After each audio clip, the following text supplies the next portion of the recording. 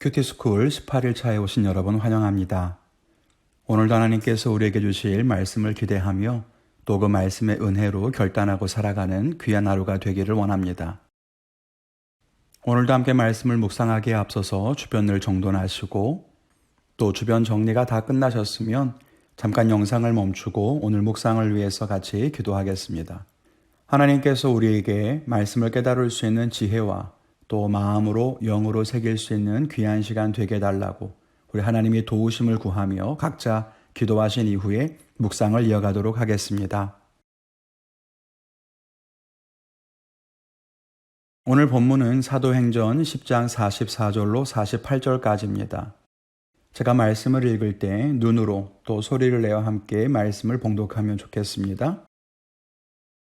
베드로가 이 말을 할 때에 성령이 말씀 듣는 모든 사람에게 내려오시니 베드로와 함께 온 할례받은 신자들이 이방인들에게도 성령 부어주심으로 말미암아 놀라니 이는 방언을 말하며 하나님 높임을 들음이러라.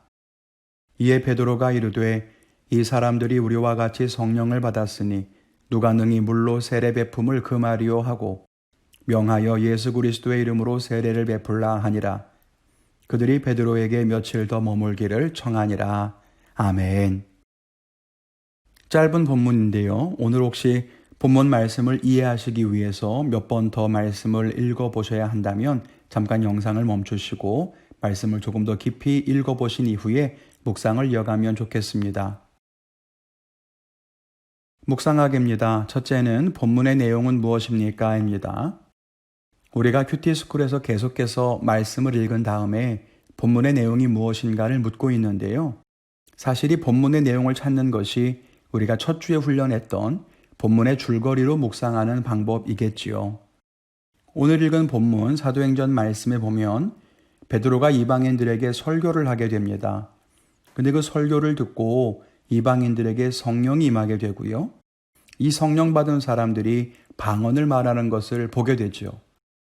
그러니까 베드로와 함께 온 또 유대인들도 그것에 놀라게 됩니다. 그리고 베드로가 성령께서 임하셨으니 우리가 세례를 베풀지 못할 이유가 없다 이렇게 이야기하며 이방인들에게 세례를 베푸는 장면이 나오게 되는 겁니다. 이 본문의 내용은 간단한데요. 오늘 본문을 이해하시기에 앞서서 잠깐 우리 사도행전의 구조를 살펴보실 필요가 있을 것 같습니다. 사도행전은 그리스도의 복음이 어떻게 세상을 향해서 전파되기 시작했는가에 대한 초대교회의 역사를 다루고 있습니다. 장별로 보시면 사도행전 1장에서는 이제 예수님께서 승천하시게 됩니다. 지상명령을 제자들에게 남겨두고 승천하시게 되죠. 그러면서 너희들에게 성령이 올 것이다. 기다리라. 이렇게 말씀을 하십니다. 사도행전 2장에 보면 오순절날 마가의 다락방에 모였던 제자들에게 성령이 임하게 됩니다. 성령을 받은 사람들이 이제 복음을 전하게 되고 예수님을 증언하면서 믿는 사람의 수가 점점 늘어나게 되고 이제 초대교회로 성장하게 됩니다. 그 역사가 2장부터 6장까지 나오고요. 그렇게 성장해 가던 교회에 큰 박해가 임하게 됩니다.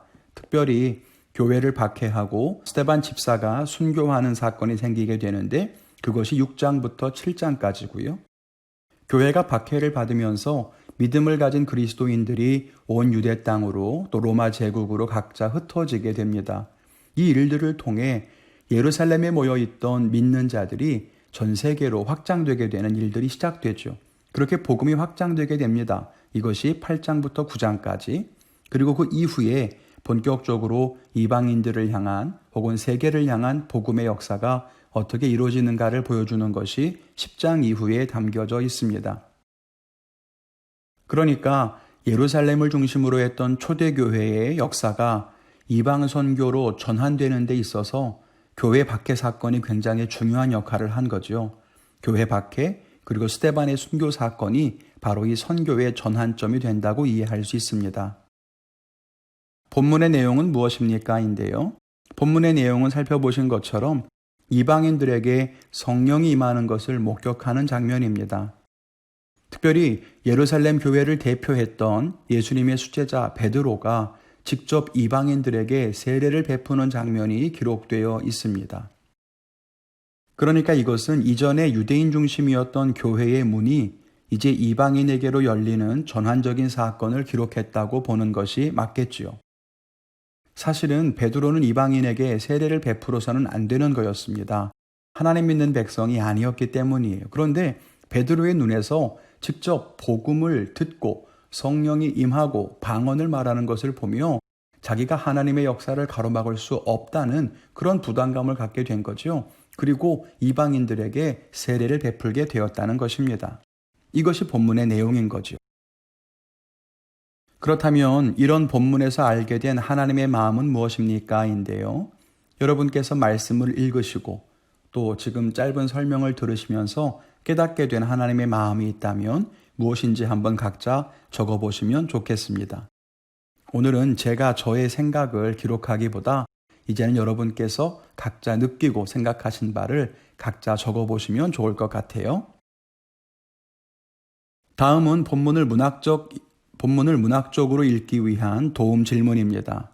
첫째는 본문의 위치는 어디입니까? 앞뒤에는 어떤 단락이 있는지 한번 살펴보시고 전체 단락의 의미를 생각해 보십시오라는 질문인데요. 말씀드린 것처럼 사도행전의 구조를 생각해 보시면 좋은데요. 특별히 오늘 읽은 본문의 앞뒤를 조금 더 세세하게 설명을 드리자면 사도행전 9장에 보면 사울이라고 하는 사람, 우리가 바울로 알고 있는 사울이 다메섹 도상에서 예수님을 만나고 회개하게 됩니다. 그 사울이 자기가 만난 예수님을 전하다가 핍박으로 인해서 피신을 하게 되죠. 그리고 그 바울이 예루살렘에 가서 사도들을 만나는 장면이 9장 후반부에 기록되어 있습니다. 10장에 가면 베드로가 고넬료라고 하는 이방인 백부장 가정에 초청을 받습니다. 그리고 그 가정에 가서 복음을 전하고 온 가족이 예수님을 믿게 되죠. 그리고 나서 그들에게 성령이 임하는 것을 보게 됩니다. 이것이 바로 오늘 읽었던 본문입니다. 그런데 앞에서 말씀드린 것처럼 베드로가 이방인에게 세례를 베푸는 것은 교회에서 허락된 일이 아니었습니다. 11장에 보면 베드로가 다시 예루살렘 교회로 돌아와서 보고하는 장면이 이어져요. 내가 이러이러한 일을 경험했다. 말씀을 전했는데 성령이 임했다. 이런 이야기를 하면서 예루살렘 교회 안에 이방인도 구원받을 수 있는가에 대한 논의가 본격적으로 시작이 되게 됩니다. 제가 교재에는 예루살렘 회의라고 써놓았는데 사실 예루살렘 회의는 사도행전 15장에 가면 본격적으로 등장을 하니까요. 좀 헷갈릴 수 있으니까 저는 영상에서는 베드로의 보고라고 수정해서 올려드렸습니다. 착오 없으시기를 바라고요. 그리고 나면 이제 이방인 교회인 안디옥 교회가 세워지는 장면으로부터 시작해서 이제 이방 선교가 본격적으로 일어나게 되는 거죠. 그러니까 다시 한번 설명을 드리면 사도행전 9장 앞부분에서는 사울이 회개함으로써 이방 선교를 위한 전도자가 준비되는 거고요. 오늘 읽었던 본문을 보면 교회의 지도자인 베드로를 통해 이방인에게 복음을 전하고 세례를 베풀면서 예루살렘 교회가 이제는 이방 선교의 문을 열게 되는 계기를 마련하게 됩니다. 그러니까 오늘 읽었던 이 본문은 교회의 변화에 있어서 결정적인 전환점이 되는 아주 의미 있는 사건이었다라고 하는 거예요. 그리고 그것은 사람의 손으로부터 시작된 것이 아니라 하나님의 강권적인 역사였다는 것을 우리가 기억할 필요가 있습니다. 문학적 읽기를 위한 두 번째 질문은 아래 단어들의 원어의 뜻을 보고 본문을 다시 한번 읽어보십시오. 혹시 새로운 깨달음이 있습니까? 인데요. 우리가 단어의 원어의 뜻을 살펴보면 조금 더 깊은 묵상이 가능하다고 했지요. 오늘 말씀 가운데 보면 방언으로 하나님을 높였다 이런 말이 나오는데 여기 높인다고 하는 말은 크게 하다 이런 말로 하나님을 높이는 찬양의 의미를 담고 있습니다. 그러니까 저들이 분명히 방언을 하고 있는데 이방인들이 방언을 하는데 그것을 보면서 하나님을 높이고 있다는 것을 알게 된 거지요. 또 이방인이라고 하는 말이 나오는데요.